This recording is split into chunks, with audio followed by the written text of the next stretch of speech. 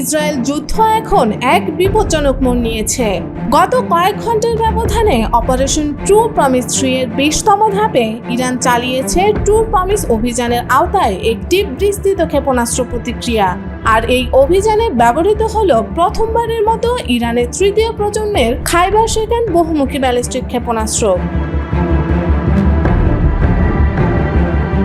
রবিবার ভোরে Islamic revolutionary guard corps IRGCর এক আনুষ্ঠানিক বিবৃতিতে জানানো হয়, এই ধাপে খাইবার শেকেন ক্ষেপণাস্ত্রের সফল ব্যবহারের মধ্য দিয়ে তারা এক নতুন যুগে প্রবেশ করেছে।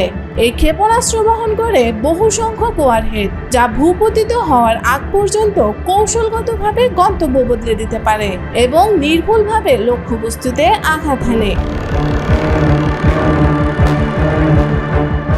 এই অভিযানের সময় ইরানের বিমান ও ক্ষেপণাস্ত্র ইউনিট থেকে মোট 40টির বেশি কঠিন ও তরল জ্বালানি ভিত্তিক ক্ষেপণাস্ত্র উৎক্ষেপণ করা হয়।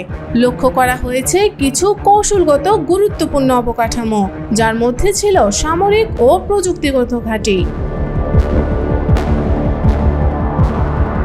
তেল আবিবের বেন গুরিয়ন বিমানবন্দর, জৈব গবেষণা কেন্দ্র এবং ইসরায়েলের বিকল্প কমান্ড ও নিয়ন্ত্রণ কেন্দ্রগুলো ছিল প্রধান টার্গেট। IRGC জানিয়েছে, নতুন ধরনের অপ্রত্যাশিত কৌশল ব্যবহার করে এই প্রতিক্রিয়া দেওয়া হয়েছে, যাতে নির্ভুলতা ও কৌশলগত লক্ষ্যভেদ ক্ষমতা বাড়ে। সবচেয়ে উল্লেখযোগ্য বিষয় হলো এই ক্ষেপণাস্ত্রগুলোর মাল্টিপল ওয়ারহেড রয়েছে, যেগুলো একাধিক লক্ষ্যবস্তু শনাক্ত ও মোকাবেলায় সক্ষম। এসব ওয়ারহেড ভূপতনের সময়ও কৌশল পরিবর্তনে সক্ষম, যা প্রচলিত প্রতিরক্ষা ব্যবস্থার বাইরে। ইসরায়েলে ভূখণ্ডে আঘাতের সময় বিস্ফোরণের শব্দ শোনা গেলেও সাইরেন বাজে ক্ষেপণাস্ত্র আঘাতের পর। এ কারণে বহু এলাকা অপ্রস্তুত অবস্থায় বিশৃঙ্খলায় পড়ে যায়। পূর্ববর্তী ট্রু প্রমিস 3 অপারেশনগুলোর মতো এবারও ভূখণ্ডে ব্যাপক আতঙ্ক ছড়িয়ে পড়ে।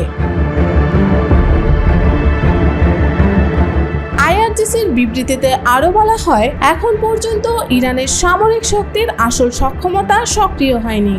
ইরানের গোপন অস্ত্র এখনো ব্যবহৃত হয়নি এবং তা প্রকাশ্যেও আসেনি।